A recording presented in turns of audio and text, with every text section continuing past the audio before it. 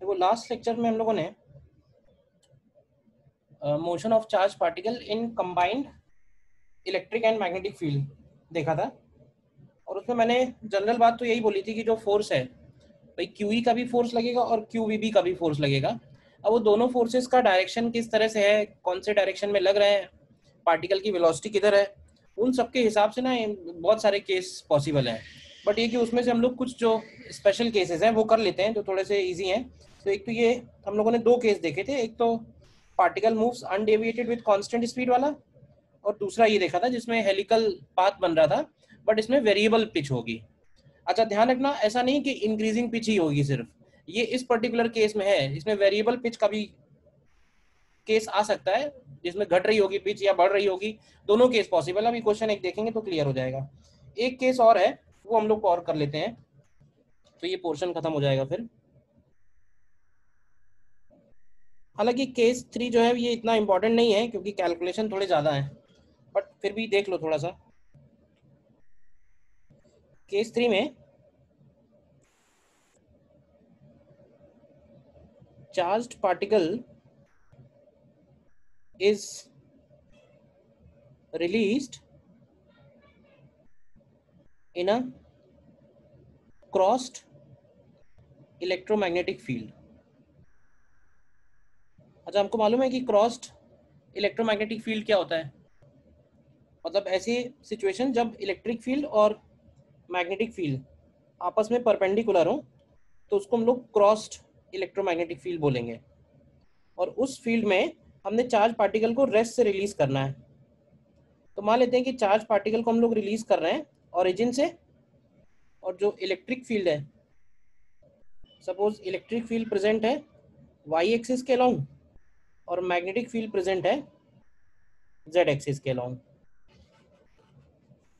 तो electric field magnetic field आपस में परपेंडिकुलर हो गए और इस चार्ज पार्टिकल को हमने यहाँ से रेस्ट से रिलीज किया हुआ है। ठीक है, तो अब देखो सबसे पहले अगर पार्टिकल रेस्ट पे है तो T इक्वल टू 0 पे मैग्नेटिक फोर्स तो नहीं लग रहा होगा, क्योंकि मैग्नेटिक फोर्स तभी लगेगा जब पार्टिकल के पास वेलोसिटी आएगी। तो इसका मतलब है कि T इक्वल टू 0 में स्टार्टिंग में जो इसके ऊपर फोर्स लग रहा होगा वो सिर्फ वाई डायरेक्शन में होगा ड्यू टू इलेक्ट्रिक फील्ड, और वो फोर्स होगा क्यू ई नॉट का। तो ये क्या होगा कि वाई डायरेक्शन में बढ़ेगा। अब थोड़ा जरा विजुलाइज करना, जैसे ही ये वाई डायरेक्शन में थोड़ा सा बढ़ेगा, यानी कि इसके पास वाई डायरेक्शन में वेलोसिटी आएगी, तो बताओगे कि जैसे ही इसके पास वाई डायरेक्शन में वेलोसिटी आएगी तो मैग्नेटिक फोर्स किधर की तरफ लगेगा, इस पे मैग्नेटिक फोर्स किधर लगेगा, राइट हैंड पाम रूल से बताओ। तो मैग्नेटिक फोर्स तुम देखोगे तो इस तरफ आएगा, पॉजिटिव एक्स एक्सिस के लॉन्ग। इसका मतलब है कि ये थोड़ा इधर की तरफ बेंड होगा। ठीक है, अब ध्यान से समझना, बेंड होगा तो इलेक्ट्रिक फील्ड इस पे वाई डायरेक्शन का वेलोसिटी बढ़ाता जाएगा और मैग्नेटिक फोर्स जो है इसको बेंड करता जाएगा। लेकिन ध्यान से ही बताओ, किसी भी सूरत में ये जो मैग्नेटिक फील्ड का फोर्स है वो रहेगा तो एक्स वाई प्लेन में ही ना, क्यों भाई? Yes sir. यस। क्योंकि मैग्नेटिक फील्ड अगर जेड डायरेक्शन में है तो अपनी फिंगर्स को जब तुम जेड डायरेक्शन में करोगे तो जो पाम का डायरेक्शन है, आउटवर्ड पाम का, वो डायरेक्शन सिर्फ एक्स वाई प्लेन में ही रहेगा। तो ऐसा मैं इसलिए बोल रहा हूँ कि जब हम इसको एज्यूम करेंगे, क्योंकि ये थोड़ा जनरल केस है, ऐसे विजुलाइज करके सॉल्व नहीं होगा, तो इसकी जब हम वेलोसिटी एज्यूम करेंगे टी टाइम के बाद, तो इसकी वेलोसिटी में हम लोग जेड कंपोनेंट एज्यूम नहीं करेंगे। बस इतनी सी बात समझाना चाह रहा हूँ। जेड कंपोनेंट एज्यूम क्यों नहीं कर रहे हैं, क्योंकि जो मैग्नेटिक फील्ड का जो फोर्स है वो फोर्स तो एक्स वाई प्लेन में ही रहेगा ना, और इलेक्ट्रिक फील्ड का फोर्स वाई डायरेक्शन में है ही है। तो इलेक्ट्रिक फील्ड सिर्फ वाई डायरेक्शन वाली वेलोसिटी बढ़ाएगा और magnetic force X Y plane में रहेगा तो उसको बेंड करेगा। तो किसी भी सूरत में उसकी वेलोसिटी का जेड कंपोनेंट नहीं आएगा, यानी पार्टिकल का मोशन तो प्लेन में ही हो रहा है। ठीक, अब देखो कैसे निकाल रहे हैं। ये सपोज जनरल टाइम टी पे हो गया, वी वेक्टर हमको पता है, वी वेक्टर की वैल्यू है V X I cap plus V Y J cap. तो जरा इसके ऊपर नेट फोर्स बताओ कितना लगेगा। नेट फोर्स की वैल्यू होगी Q E vector plus Q into V cross B. एक काम करो, इलेक्ट्रिक फील्ड और मैग्नेटिक फील्ड दोनों को ही वेक्टर फॉर्म में लिख लो। इलेक्ट्रिक फील्ड हो जाएगा ई नॉट जे कैप और मैग्नेटिक फील्ड हो जाएगा बी नॉट के कैप। जरा इसमें रखो क्या आएगा, और जो ये नेट फोर्स है इसको हम लोग लिखेंगे मास इंटू एक्सीलरेशन। तो क्यू इसमें से बाहर निकाल लो, ई वेक्टर की जगह हो जाएगा ई नॉट जे कैप, देखना ध्यान से, plus Q into V cross B. तो जरा बताओ कि वी क्रॉस बी क्या बनेगा, वी वेक्टर और बी वेक्टर का हम क्रॉस प्रोडक्ट ले रहे हैं, तो आई क्रॉस के करेंगे तो माइनस जे आएगा, क्यों, देखते जाओ, minus we x B naught J cap, और जे क्रॉस के करेंगे तो प्लस आई आएगा, तो plus V Y B naught आई कैप। देखो, तो अगर हम m से डिवाइड कर दें तो एक्सीलरेशन निकल के आएगा इसका, देखो ध्यान से, q B naught V Y upon m I cap and plus q by m bracket E not minus we x B naught J cap. बताओ यहाँ तक पहले तो यस सर। क्लियर है। तो ये हो गया एक तरह से एक्सीलरेशन का x कंपोनेंट, और ये हो गया एक्सीलरेशन का y कंपोनेंट। तो एक्सीलरेशन का जो x कंपोनेंट है, क्या उसको हम लोग D we x upon D T लिख सकते हैं, तो ये होगा Q B not upon M into V Y, इसको बोल देते हैं इक्वेशन 2। और एक्सीलरेशन का जो y कंपोनेंट है उसको लिख सकते हैं D we Y upon D T, तो ये होगा Q by M bracket E not minus we x B naught. ठीक है, अब ये डिफरेंशियल इक्वेशन है जो हमें सॉल्व करनी है। ठीक है, और डिफरेंशियल इक्वेशन सॉल्व करके वी एक्स और वी वाई की वैल्यू निकालनी है। तो अब देखो डायरेक्ट तो इंटीग्रेट नहीं होंगी, क्योंकि कहीं डी टी आ रहा है, कहीं वी वाई आ रहा है, कहीं वी एक्स आ रहा है, वी वाई के एक्सप्रेशन में भी वी एक्स आ रहा है, तो डायरेक्टली तो कोई भी ऐसा नहीं हो रहा है कि सेपरेट करके हम इसको इंटीग्रेट कर पाएँ। तो थोड़ा देखो, अब ऐसे केस में क्या है ना, डिफरेंशियल इक्वेशन पूरा का पूरा चैप्टर ही है how to solve differential equation, वो तो मैथ्स में पढ़ाया ही जाएगा, बट उसमें भी हमको बहुत थोड़ा सा ही पढ़ाया जाएगा, बहुत बहुत सारे मेथड है जो नहीं पढ़ाए जाएंगे, आगे पढ़ोगे जाके। तो फिलहाल इस क्वेश्चन के लिए क्या करना है, तो इसमें हम सेकंड, ये जो थर्ड वाला इक्वेशन है उसको हम लोग टाइम के साथ डिफरेंशिएट करते हैं। Differentiating equation 3 with respect to time. तो जरा बताओ कि क्या आएगा, तो आएगा D two V Y upon D T two is equal to Q by M, अब ई नॉट तो कांस्टेंट है तो ये जीरो हो जाएगा, एंड माइनस बी नॉट, और ये आएगा D we x upon D T. ठीक है, तो यहाँ से हम लोग लिख सकते हैं D two V Y upon D T two is equal to minus Q B not upon M, और देखो D we x upon D T बना है तो इसको हम इक्वेशन 2 से वैल्यू रख देते हैं, तो इक्वेशन 2 से इसकी वैल्यू रखेंगे तो ये आएगा Q B not upon M into V Y. तो अगर हम इसको एक साथ ले आए तो ये बनेगा D two V Y upon D T two plus Q B not upon M whole square into V Y equal to zero. तो ये हमारे लिए एक जानी पहचानी इक्वेशन आ गई, क्यों, किसकी इक्वेशन है ये,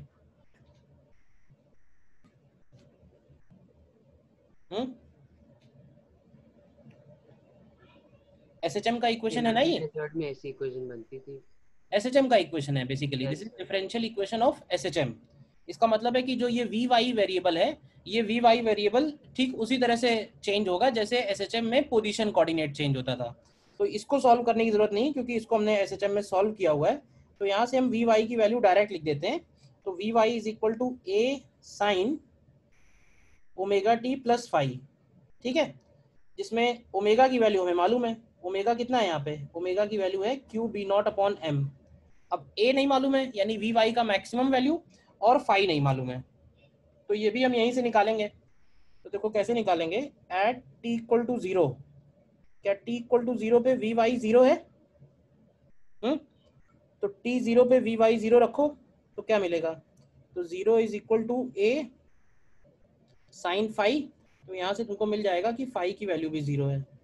तो वी वाई हमारा फाइनली आ गया ए साइन ओमेगा, पता ही है, Q B not upon M और इंटू टी, ये एक्सप्रेशन आ गया है।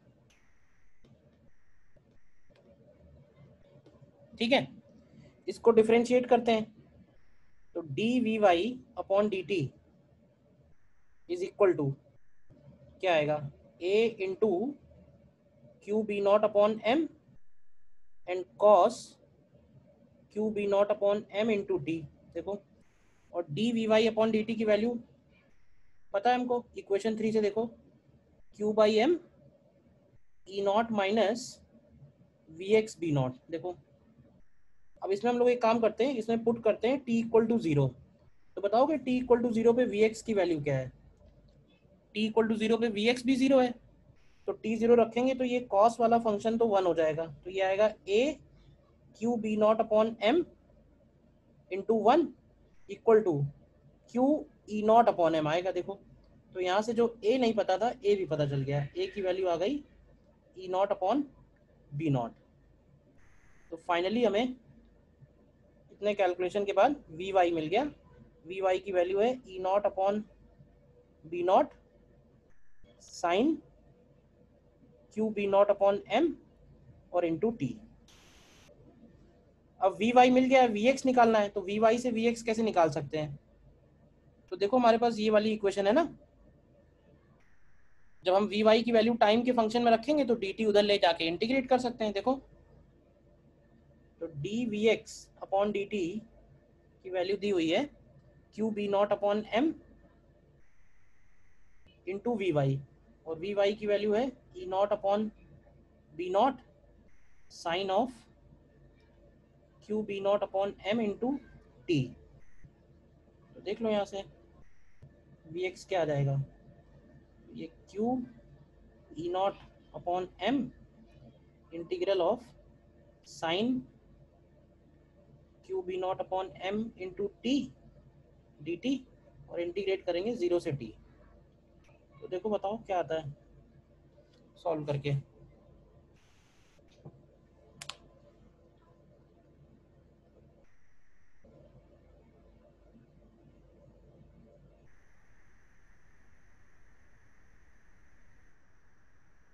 साइन फंक्शन है तो ये साइन ओमेगा टी इंटीग्रेट होगा तो क्या ये बनेगा 1 माइनस कॉस ओमेगा टी बन जाएगा ना इंटीग्रेट करने पे।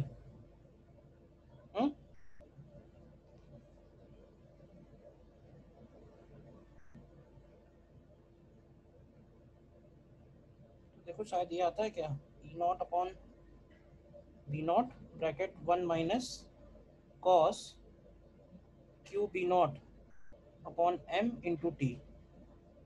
एक बार देख लेना, यही है ना। अब वी वाई आ गया, वी एक्स आ गया, तो वी वाई को हम लोग लिख देंगे d y upon D t, और डी टी उधर ले जाके एक बार और इंटीग्रेट कर लेंगे, और वी एक्स को लिख देंगे D x upon D t, और फिर से डी टी को उधर ले जाके इंटीग्रेट करेंगे तो एक्स कोऑर्डिनेट आ जाएगा, यानी एक्स आ गया, वाई आ गया, तो पाथ भी आ जाएगा, वी एक्स वी वाई सभी चीजें निकल आई। देखो एक बार ध्यान से,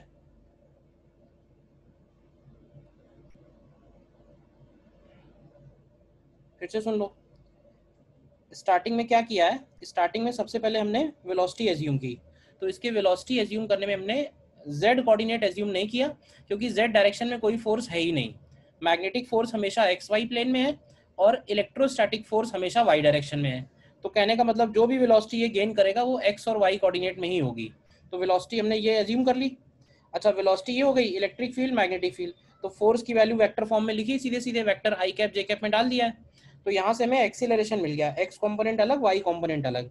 अब एक्सीलरेशन एक्स कंपोनेंट को हमने d we x upon D T लिख दिया है, और एक्सीलरेशन वाई कंपोनेंट को d we Y upon D T लिख दिया। तो हमारे पास ये दो इक्वेशन आ गई जिनको हमें सॉल्व करना है। सॉल्व करने के लिए क्या किया, ये जो इक्वेशन 3 है, इस इक्वेशन 3 को हमने डिफरेंशिएट किया।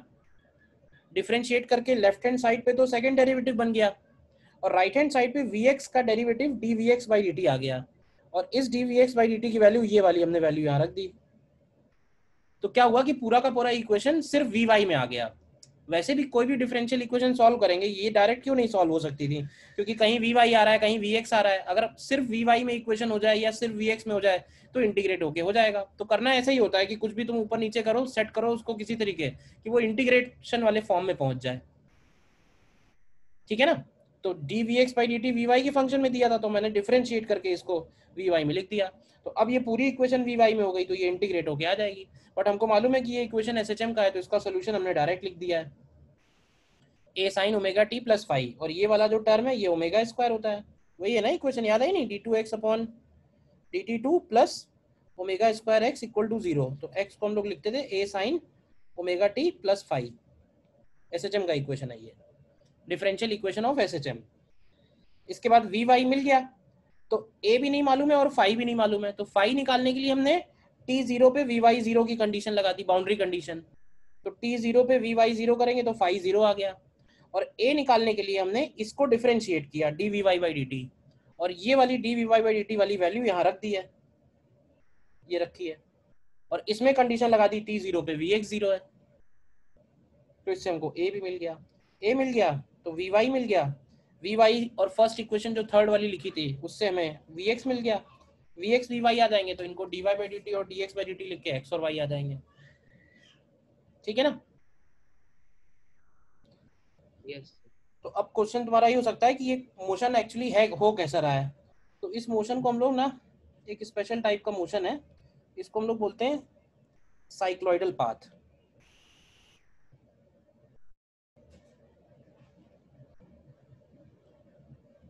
जब हम एक्स और वाई में रिलेशन निकालेंगे तो वो जो पाथ की इक्वेशन आएगी वो इसी तरह की आएगी, ये जो बना हुआ है कर्व, ये वाला कर्व, चार्ज पार्टिकल इस तरह से चलेगा, क्योंकि पीरियोडिक मोशन तो दिख रहा है ना, मोशन पीरियोडिक है, ये तो दिख ही रहा है, क्योंकि वी वाई और वी एक्स दोनों ही पीरियोडिक आ रहे हैं। Yes sir.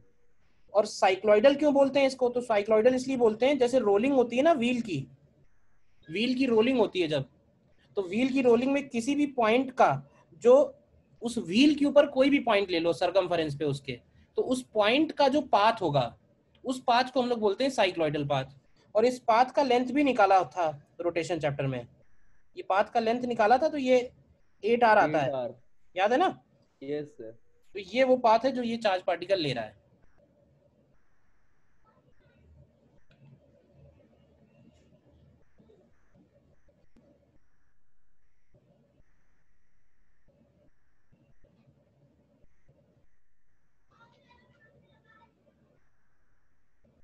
ठीक है?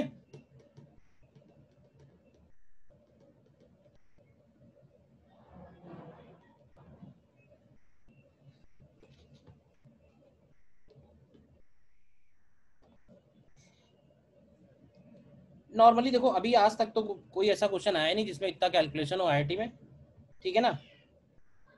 बट ये कि तुमको पता हो कि कैसे करते हैं, अगर कोई जनरल केस है ही गया कभी सामने तो उसको कैसे सॉल्व करना है, तो उसका यही तरीका है, डिफरेंशियल इक्वेशन बना लेनी है, जहाँ कुछ नहीं समझ में आए वो सॉल्व हो ही जाएंगी।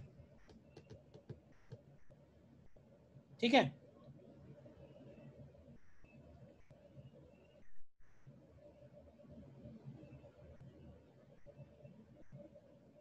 देखो इसमें क्वेश्चन करते हैं,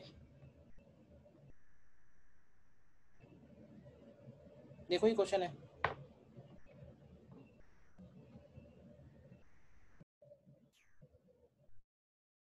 आंसर आया कोई?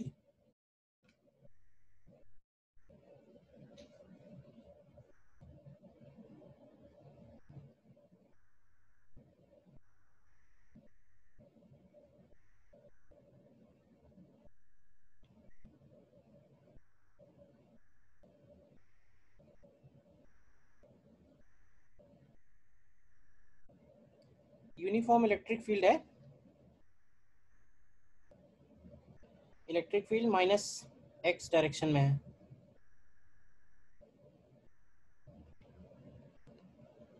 ठीक है? और magnetic field positive x direction में है, ठीक है? अब पार्टिकल की जो वेलोसिटी है वो इस तरह से दी हुई है, वी नॉट आई कैप और we not J cap.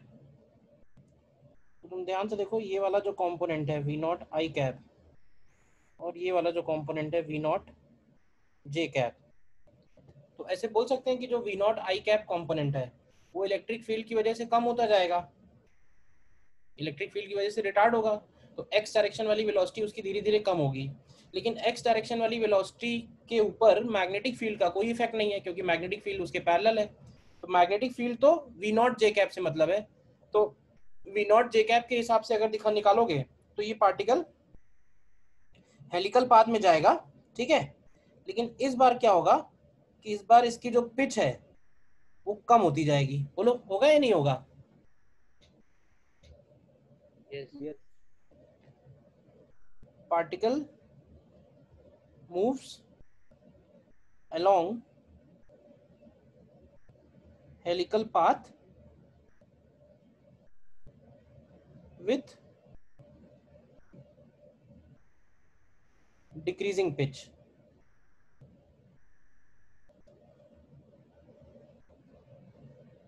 With decreasing pitch.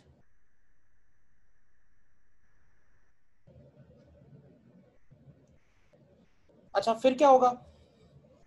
तो इसका मतलब एक टाइम ऐसा आएगा जब उसका x कंपोनेंट 0 हो जाएगा।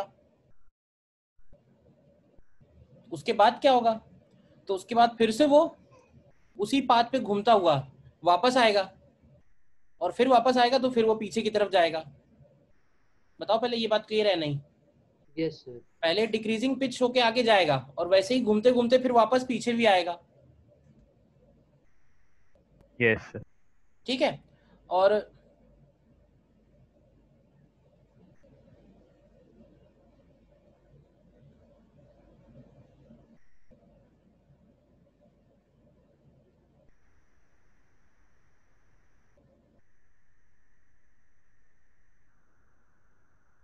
वाई डायरेक्शन में वेलोसिटी दी हुई है इसकी।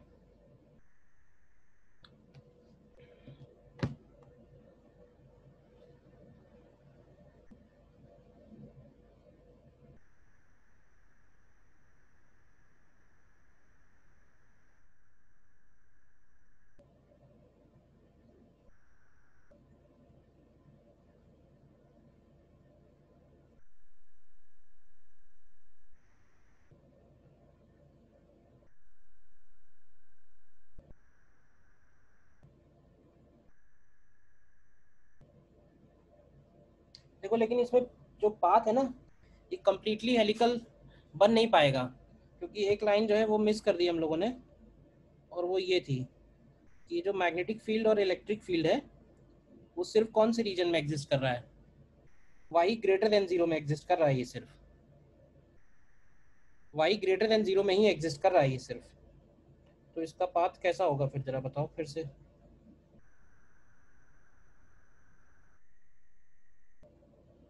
क्यों भाई? मैग्नेटिक फील्ड की वजह से, मैग्नेटिक फील्ड की वजह से क्या होगा? मैग्नेटिक फील्ड की वजह से उस पर फोर्स अंदर की तरफ लगेगा। तो सबसे पहले तो मैं ये बताऊं कि इसका सेंटर किधर आएगा। मैं ये वाला वेलोसिटी हटा देता हूँ, v not I cap v not J cap रखता हूँ, और ये इसका जेड एक्सिस हो गया।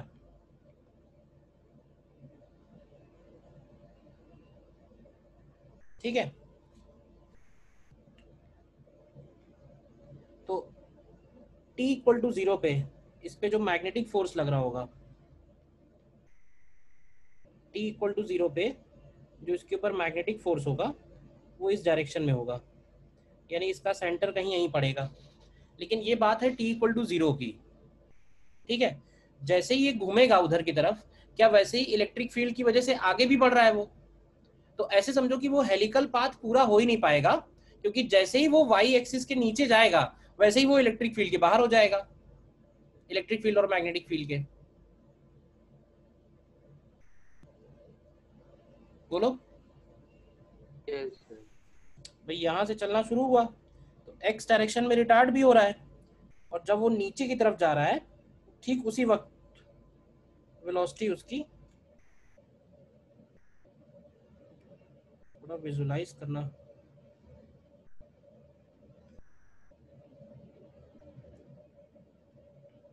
ठीक है। तो ये वाला कंपोनेंट उसका नीचे हो चुका होगा वी नॉट जे कैप,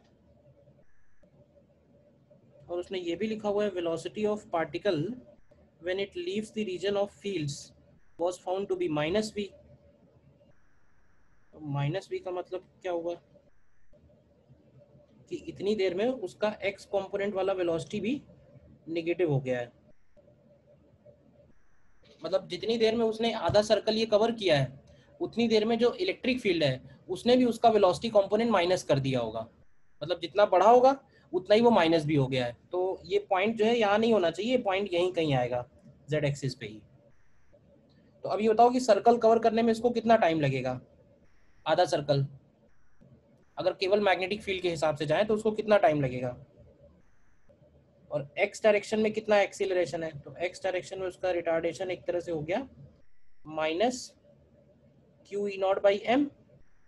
ठीक है, इनिशियल वेलोसिटी हम लोग ऐसे बोल सकते हैं कि प्लस वी नॉट है, और फाइनल वेलोसिटी इसकी माइनस वी नॉट है।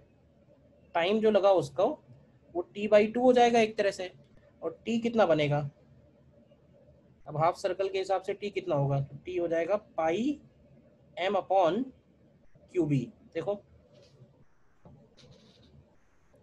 पाई m अपॉन क्यू बी, रखो ये वैल्यू इसमें क्या फाइनल है, वेलोसिटी वी नॉट कैसे हो गई, समझ नहीं आया।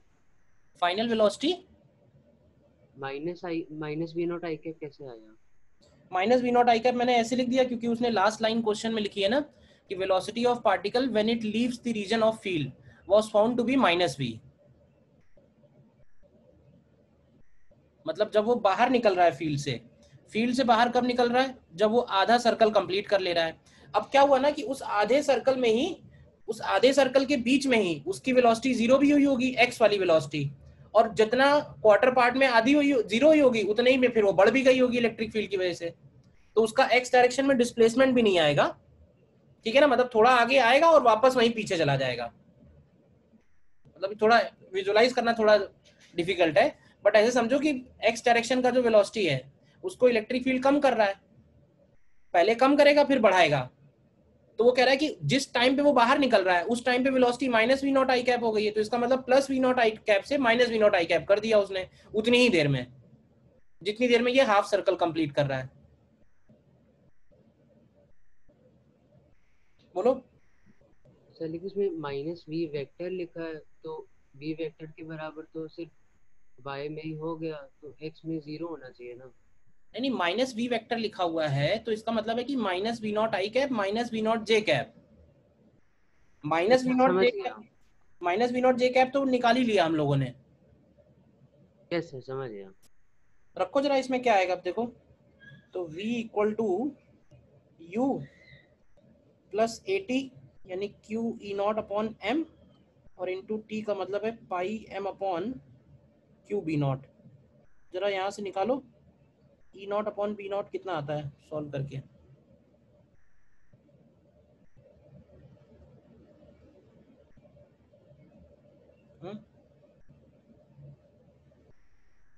To v naught upon m आता है क्या,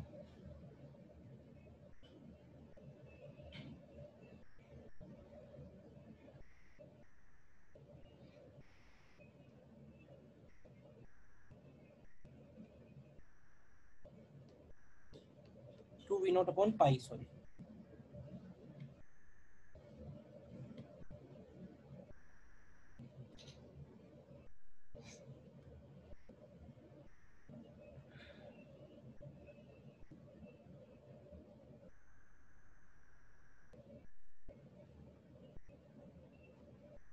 कोऑर्डिनेट्स इसके, तो एक्स कोऑर्डिनेट जीरो होगा, वाई कोऑर्डिनेट जीरो होगा, और जेड कोऑर्डिनेट जो है वो -2r हो जाएगा।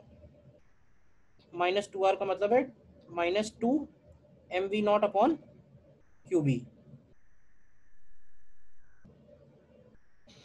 ठीक है ना, और मिनिमम स्पीड कब रही होगी, minimum speed when vx is zero, तो hence v minimum v naught रहा होगा। आ गया देखो,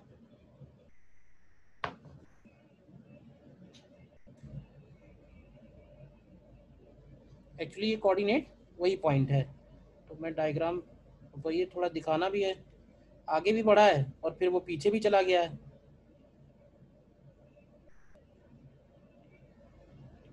तो ऐसे ही है कि कुछ आगे भी बढ़ा है और फिर पीछे भी आ गया है। तो यहाँ जब आया है तो उसके पास ये कंपोनेंट और ये कंपोनेंट दोनों ही नेगेटिव हो गए, minus v not I cap और minus v not J cap.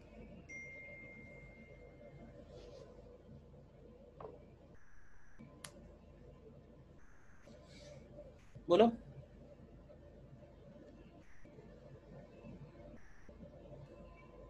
Yes sir.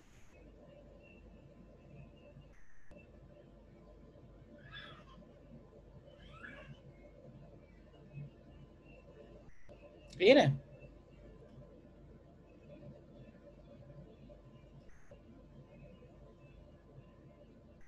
Yes sir.